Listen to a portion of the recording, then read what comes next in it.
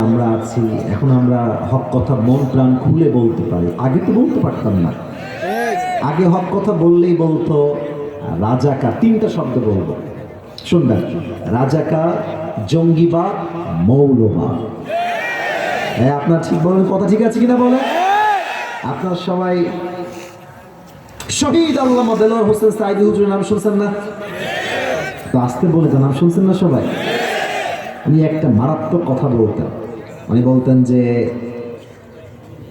মৌলবাদী বললে আমরা রাগ করি না, কারণ মৌল আসছে মূল থেকে। মূল মূল মানে কোরআন, মূল মানে হাদিস, মূল মানে হচ্ছে আল্লাহ, মূল মানে হচ্ছে হিজ লাস্ট মেসেঞ্জার মুহাম্মদ সাল্লাল্লাহু আলাইহি ওয়াসাল্লাম। তোমরা যারা আমাদেরকে মৌলবাদী বলে গালি দাও, তারা হচ্ছে সব আগাবাদী। এবার বলেন তো, গাছের আগায় শক্তি বেশি না গোড়ায় শক্তি বেশি? আবার বলেন, আগায় না গোড়ায়? উনি বলতেন বাড়াবাড়ি বেশি কইরো না, আলিমদের সঙ্গে জুলুম কইরো না, অত্যাচার কইরো না। 16 কোটি মানুষ গাছে কয়টা ঝাঁকুনি দিবে, মামুর ভাই দিল্লি গিয়ে তোমরা পড়বা, দিল্লি গিয়ে পড়েছে। ওনার প্রত্যেকটা কথা আজকে বাংলার জমিনে বাস্তবে রূপ নিয়েছে। এবং উনি স্পষ্ট ভাষায় বলতেন যে আমাদের জাতির পিতা বঙ্গবন্ধু নয়, জাতির পিতার নাম হচ্ছে ইব্রাহিম আলাইহিস সালাম, নীলফামারীর সন্তানেরা। আপনি দেখেন উনি যা বলেছেন দিল্লি গিয়েই পড়েছেন।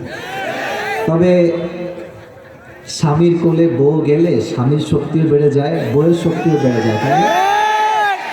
উনি ওখানে গিয়ে ভাবছেন যে আমরা একটা সাম্প্রদায়িক দাঙ্গা লাগাই দিব, চট করে ঢুকে চট করে বসে যাবো, আর আমরা বসে বসে সবাই আঙ্গুল চুষবো, তাই না সোনামণি?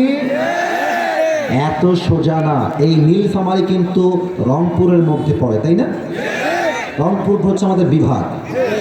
এই দেশ যে দ্বিতীয়বার স্বাধীন হয়েছে, এটা রংপুর থেকে তার সূচনা শুরু হয়েছে। যুবক ভাই, ইতিহাস ভুলে গেলে চলবে না, ইতিহাস মাথায় রাখতে হবে। রংপুরের নাম এই দেশে নয়, পুরো বিশ্বের প্রত্যেকটা দ্বার প্রান্তে পৌঁছে গিয়েছে। যুবক ভাইরা, অতএব কেউ যদি ভাবে আবার চট করে ঢুকায় দিয়ে বসায় দিবে, মাথায় রাখতে হবে এই নীলফামারীর জমিন থেকে স্বৈরাচারকে নামানোর জন্য একটা শহীদ আবু সাঈদ নয়, হাজার হাজার শহীদ আবু সাঈদ মাথায় কাপড়ের কাপড় বেঁধে রাস্তায় নেমে তাজা রক্ত দিয়ে শহীদ হওয়ার জন্য প্রস্তুত থাকবে। হাত তুলে বলো সবাই, এবার ঠিক কিনা?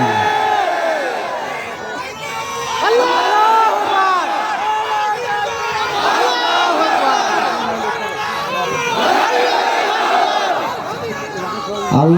আল্লাহ আল্লাহ, এই স্লোগান কি কবুল করো সকলে, দিল খুলে পড়া আমিন।